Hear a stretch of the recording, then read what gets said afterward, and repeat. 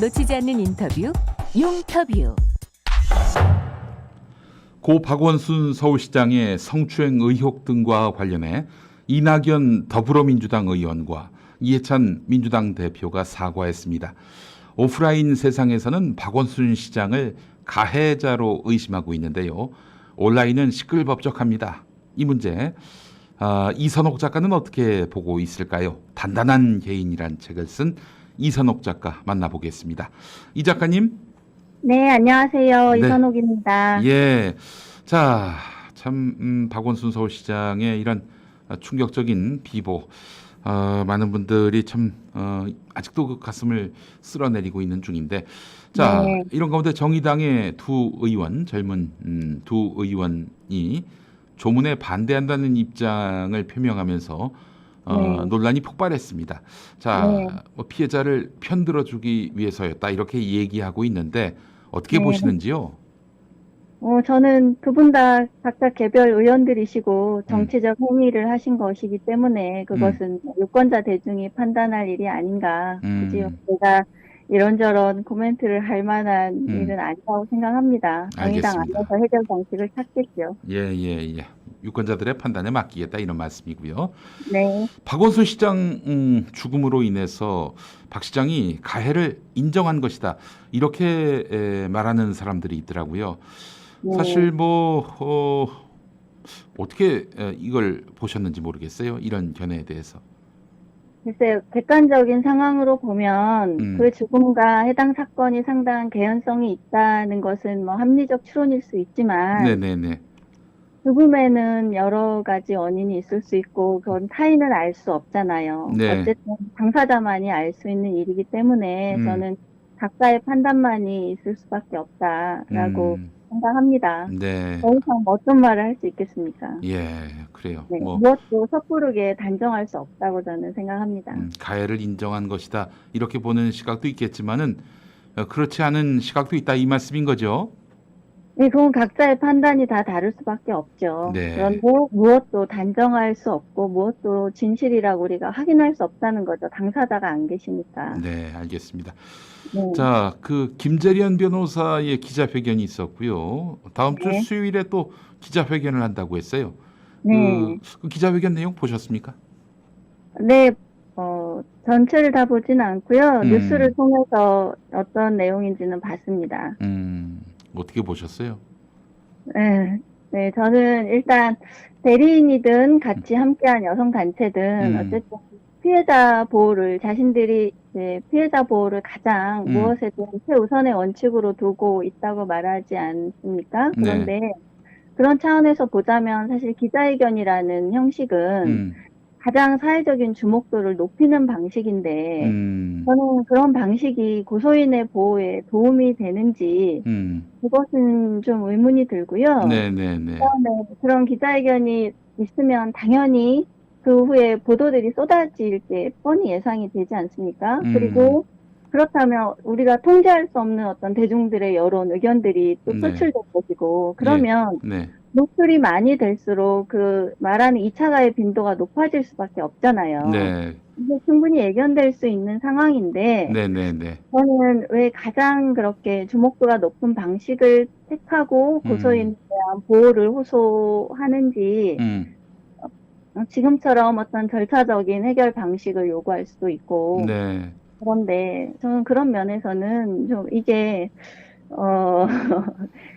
고소인 보호의 최우선인 방식인지는 저는 뭐 동의가 되지 않죠. 또 제 판단으로는. 고소인의 그 신상에 대한 이런저런 정보를 또 그 기자회견 때 노출했어요. 그러면 네, 그렇죠. 고소인에 대한 관심도도 높이는 건데 이게 과연 고소인에게 도움이 될 만한 일인지 모르겠다 이 말씀이죠. 예. 네, 그렇죠. 그리고 언론들도 이것을 이제 미투 운동으로 기정사실화하고 여성단체들도 이를 교정하지 않고 있는데 저는 이것이 미투 운동보다는 고소인 보호를 그들 본연의 임무대로 그것을 최우선으로 하면 좋겠다는 생각입니다. 예.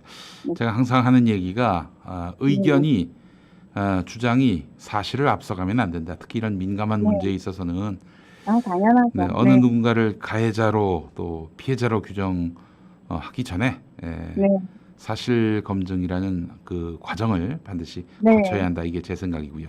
네. 자, 뭐 근데 지금 벌써 2차 가해라는 말이 나돌고 있습니다. 2차 네. 가해라는 말은 1차 가해가 있었다는 것이고 그 네. 상대가 가해자라는 단정 아니겠습니까? 네. 또 피해자 중심주의 이런 얘기도 많이 나오는데 이미 네. 이분들에게는 피해자가 돼버렸어요. 고소인이 네. 아니라. 자, 2차 가해, 피해자 중심주의 이 단어에 대해서 전에 그 네. 우먼스 플레인에서 이선옥 작가님이 뭐 소상히 말씀해 주신 기억이 납니다만은. 얘기를 많이 했었죠. 네네네. 우선 그 얘기를 좀 드리는 게 2차 가해랑 피해자 중심주의의 문제는 네. 우선 기준이 무엇인가. 네. 그리고 지 2차 가해와 피해자 중심주의라는 네. 그 기준이 아, 무엇인가. 기준. 예, 네. 예, 예. 그다음에 예. 누가 그 기준을 정하는가. 네, 네, 네. 그리고 그 명분으로 진실규명을 위한 모든 의견을 묵살하는데 이 개념들이 오남용되고 있다. 네. 이런 문제가 있습니다. 그 지금 진실 규명이 이루어지지 않은 상태인데 네. 진실 규명을 규명은- 위한 네. 네, 찾아가는 단계죠. 그런데 네. 이 성범죄 피해자에 대한 어떤 조사나 수사, 재판 과정에서 발생하는 또 다른 폭력적 상황을 원래 방지하고자 나온 개념인데 네, 네, 네. 원래는 네. 그런데 이런 사안이 나올 때마다 네. 우리는 뭐 얼마간의 비난도 있고 그런 통제할 수 없는 여론들이나 의견들은 늘상 있습니다. 그렇죠. 예. 그런데 그 가운데에는 진실을 규명하기 위한 어떤 합리적인 의문이나 뭐 사실관계에 대한 견해 표명이나 이런 것들이 같이 나올 수밖에 없는데 네, 네, 네. 그런 상황을 모두 다 사실은 2차 가해나 피해자 중심주의라는 말로 묵살하기 때문에 늘상 이 개념들이 문제로 드러날 수밖에 없는 거죠. 네, 네, 네. 쉽게 예를 들자면 노동 문제에서 우리가 갑질이란 용어를 어느 날부터 쓰기 시작했습니다. 네, 네, 네. 그런데 이 갑질이란 사안의 본질은 노동법을 위반했느냐 그런 행위가 있었는지를 따지는 게 본질인데 네, 네.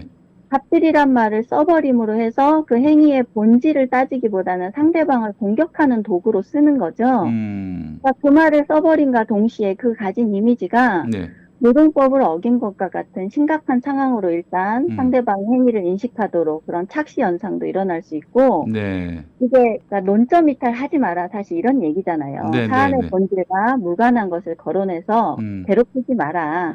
이것을 막기 위해 나온 것이 실제로 시시비비를 가려야 하는 상황에서도 이걸 다 막아버리는 그런 도구로 오남용되고 있다는 거죠. 예, 그게 예, 가장 사실 문제라고 봅니다. 네, 저는. 네. 사실 장래, 애도 네.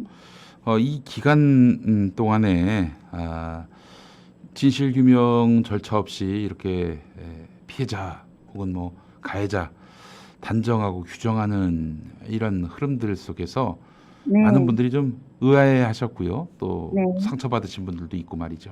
네. 그 장래와 애도 이건 불가피한 거 아니겠습니까? 네, 불가피하죠. 그리고 그 당사자가 워낙 뭐 정치적으로 큰 인물이었고 사회적으로도 유명하신 분이고 지지자도 많고 그런 분이기 때문에 장래와 애도는 사실 누가 막을 수도 없고 네, 불가피한 일인데 네. 저는 그래서 아까 기준을 말씀드린 게 그렇다면 네. 5일장이 아닌 3일장으로 치렀다면 그것은 2차 가해라는 비난이 나오지 않았을까? 그리고 대중적인 추모는 어차피 누가 통제할 수도 없는 건데 그렇죠. 추모나 애도가 곧 2차 가해라고 한다면 네. 그 많은 대중들을 다 2차 가해자라고 비난할 수 있는가? 그러니까 기준이 없다는 거예요. 네. 그런데 2차 가해론을 주장하는 분들은 네.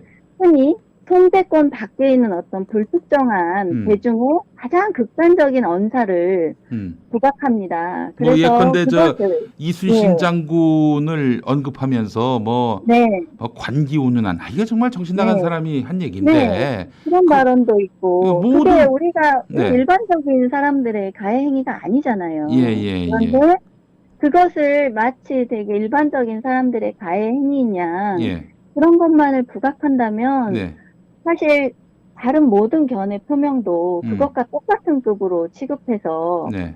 하지 못하게 되는 상황이 되는 거죠. 네. 근데 네. 예. 여기서 2차 가해라는 것을 얘기할 수밖에 없는 것은 음. 신상을 캐거나 네. 근거가 없는 비난이나 모욕적인 발언들은 그렇죠. 그 자체로 권리의 침해여서 문제인 것이지 네. 그것이 곧 2차 가해이기 때문에 엄단해야 할 행위는 아닙니다. 그 자체가 이미 위법한 행위인 거죠.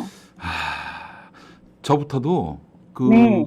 피해자라고 하지 않고 고소인이라고 말하는 게 이거 2차 가해 네. 아닌가 스스로 계속 그런 자문하게 돼요. 자기검열을 하게 되죠. 예. 그러니까 지금 용어 사용에 굉장히 민감해서 피해 호소인이라고 부르는 것, 피해 네. 주장자라고 하는 것, 모든 것을 피해자라고 말하지 않는 것은 마치 다 2차 가해인 것처럼 얘기하는데 피해 주장자든 피해 호소인이든 고소인이든 네. 그 어떤 용어도 사실관계에 대해서 왜곡하거나 폄하하거나 하는 용어들이 아닙니다. 네.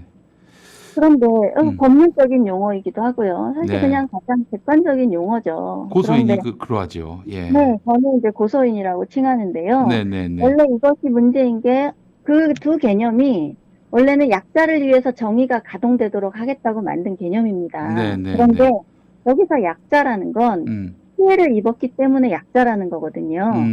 그런데 피해라는 것은 어떠한 상황이지 그 고유한 정체성이 아니라는 겁니다. 그런데 실체적 진실이 규명되면 피해자와 피해 사실이 확정되게 되는 거죠. 그러니까 즉 순서가 그 정의를 위한 진실 규명의 과정이 없이는 약자를 위한 정의라는 게 불가능하다는 거죠. 네. 그런데 그것을 막아서는 그 중요한 개념들로 이 두 가지가 오남용되고 있다. 네. 이것은 좀 짚을 필요가 있다고 봅니다. 예. 자, 이선옥 작가님께 진짜 여쭤보고 싶은 거. 네. 향후 이런 비슷한 일이 발생했을 경우에 네. 우리 사회가 어떤 프로세스로 이 문제를 풀어야 할지, 네. 한 사람의 비극적인 죽음으로 끝나는 이런 상황이 아니라 우리 사회가 정의롭고 따뜻하게 또 그리고 여간 공정하게 이 문제를 풀어낼 수 있는 방법은 무엇인지 조언을 좀 해주시겠습니까? 네. 결론을 먼저 말씀드리자면 네. 저는 먼저 네. 페미니즘이라는 이념과 네. 그에 따른 운동을 우리가 제도와 문화로 이렇게 급진적이고 무비판적으로 수용한 이런 필연적 결과라는 거를 말하고 싶습니다. 페미니즘을 무비판적으로 수용하다 보니 이런 비극적인 결과를 낳았다?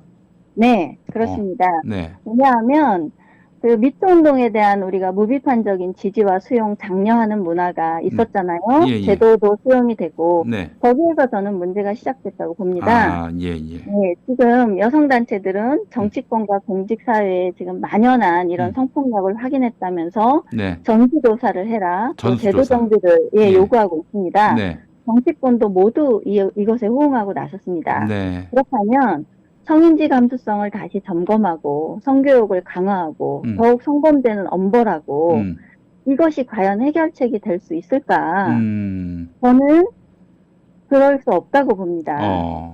이것이 불행한 사태를 다시 보지 않게 할 수 있는 해결책인가? 그렇다면 자 보세요. 박원순 시장은 성희롱에 대한 유죄 판결을 끌어내고 여성운동을 단순하게 지원한 수준이 아니라 그 자신이 여성운동가였던 사람입니다. 그렇죠. 그런데 성교육의 부재나 성인지 감수성의 부족으로 이번 사태가 일어났다고 할 수 있습니까? 대한민국에서 성인지 감수성이 가장 높은 쪽에 드는 분이었어요. 네. 그렇다면 왜 이런 사람마저 목숨을 버리는가? 우리가 이것을 생각해 볼 때가 저는 됐다고 봅니다. 네. 범죄만큼 죽음도 되풀이되어서는 안 되는 거잖아요. 그렇죠. 당연하죠. 네. 페미니스트들도 지금 가해자로 지목된 사람들이 살아있기를 원합니다. 그렇다면 왜 죽는가? 이것에 대해서 차분히 분석하는 것도 우리가 반드시 해야 될 일인데 지금 해결책을 얘기하는 분들은 다 범죄의 재발 방지만을 이야기합니다. 그러면 한 가지가 지금 빠져 있는 거죠. 그것만큼 무엇이 같이 얘기되어야 하는가? 저는 그래서 해결 방식으로 어쨌든 성범죄에 대한 그 페미니스트들의 주장, 여성운동의 주장을 그대로 수용해온 우리가 그 해결 방식을 멈추고 원래 우리가 합의했던 원칙을 다시 규범으로 작동시켜야 합니다. 어떤 겁니까? 심판의 권한을 여성단체가 아니라 본래 우리의 규범으로 다시 가져와야 합니다. 예를 들어서 서울시가 왜 여성단체와 의논을 해야 됩니까? 글쎄 그렇더라고요. 오늘 뉴스 보니까. 여성단체에게 제도보다 우위에선 공적 권한을 저는 주어서는 안 된다고 봅니다. 자, 원론적인 얘기지만 이것이 해결 방법이 될 수밖에 없는 건요. 우리가 근대적인 법치국가를 이룬 후에 네. 범죄와 음. 범죄자에 대해서 합의한 규칙들은 이런 것입니다. 첫 번째로 사적인 제재를 허용하지 않습니다. 사적 제재를 허용하지 않는다. 네. 네. 그리고 두 번째로 적정 절차에 의해서 그것은 무죄 추정의 원칙이라든지 증거 재판주의라든지 뭐 형사법이라든지 이런 절차에 의해서 처벌을 행하고 그 다음 중요한 것은 처벌 후에는 공동체 구성원으로 다시 복귀하도록 우리 사회가 돕는 것.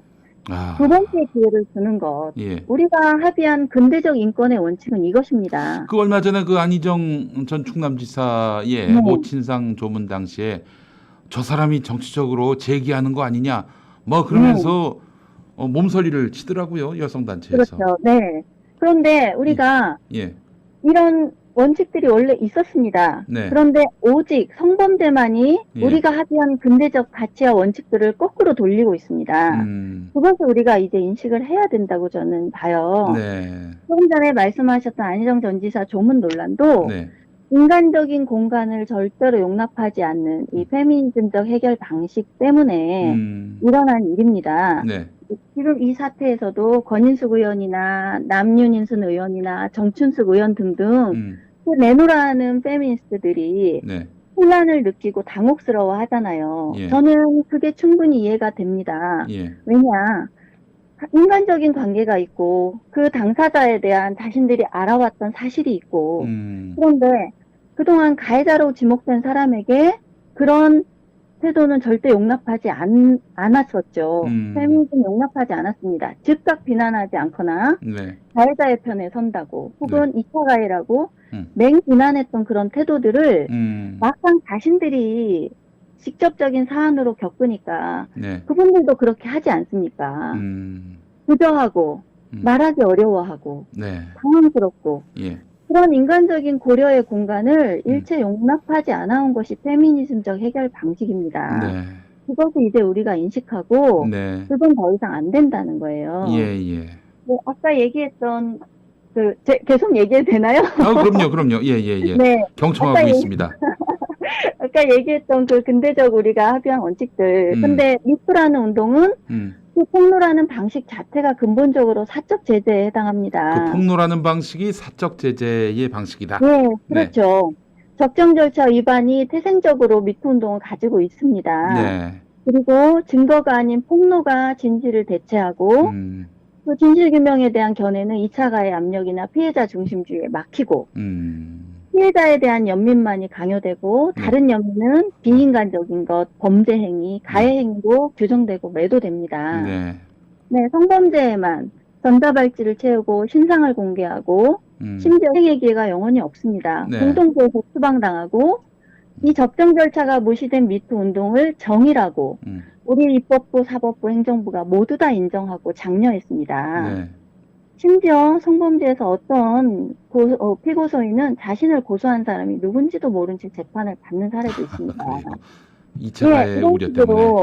네, 이런 식으로 우리의 그런 절차들이 다 훼손되고 근대적 가치들이 거꾸로 가고 있는데 네. 이것을 마냥 지금도 아무도 제동을 걸지 않고 문제의식도 못 느낀다면 이 상황이야말로 문제적인 거죠. 네. 그래서 운동가들은 그렇게 할 수 있다고 쳐요. 그런데 적어도 헌법기관들은 그런 위험성과 위헌성 이것을 인식하고 제도적인 해결을 모색해야 되는데 네. 우리가 미투 운동에 대해서 그렇게 일방적으로 지지하고 옹호하고 장려한 결과 박 시장님 자신부터 또 민주당 정부가 그리고 이 정부의 지지자들이 그렇게 선의로 수용했던 그런 불관용 정책이 이건 비극으로 돌아온다는 거죠. 네. 제가 만약 정당한 방어권이 실질적으로 보장이 되고 네. 행위의 경중에 따라서 정확한 책임을 지고 그리고 변화와 회생의 기회가 주어진다고 생각했다면 네. 과연 죽음을 택했을까? 성범죄에서는 그게 불가능하다는 현실을 저는 누구보다 잘 아셨을 거라고 봅니다. 그렇죠. 오히려, 이게 뭐 논란이 되는 순간 네, 대법원 확정 판결 받을 때까지 아니면 네. 아니 그 이후에도 이 딱지를 뗄 수가 없을 거예요. 네, 그렇죠. 그러니까 오히려 페미니스트였기 때문에 네. 그런 선택을 오히려 할 수밖에 없지 않았나. 그 실제적 진실은 저희가 아무도 몰라요. 뭐 알고 보니 경악스러울 수도 있고 혹은 뭐 이 정도였나 갸웃할 수도 있고 둘 다 존재하는 가능성입니다. 그런데 실제 어떤 행위가 있었든 죽음을 택한 것은 어떤 짓을 했든 방어할 수 있는 방법이 없다는 거. 네. 그 페미니즘적 논리를 너무나 당사자께서 잘 아시지 않았나.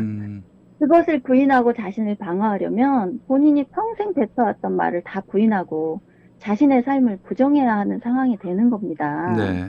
이 정도로 이게 사실 심각한 사안이라는 거예요. 근데 우리가 성평등이나 약자 보호를 위해서 필요한 거 아니야?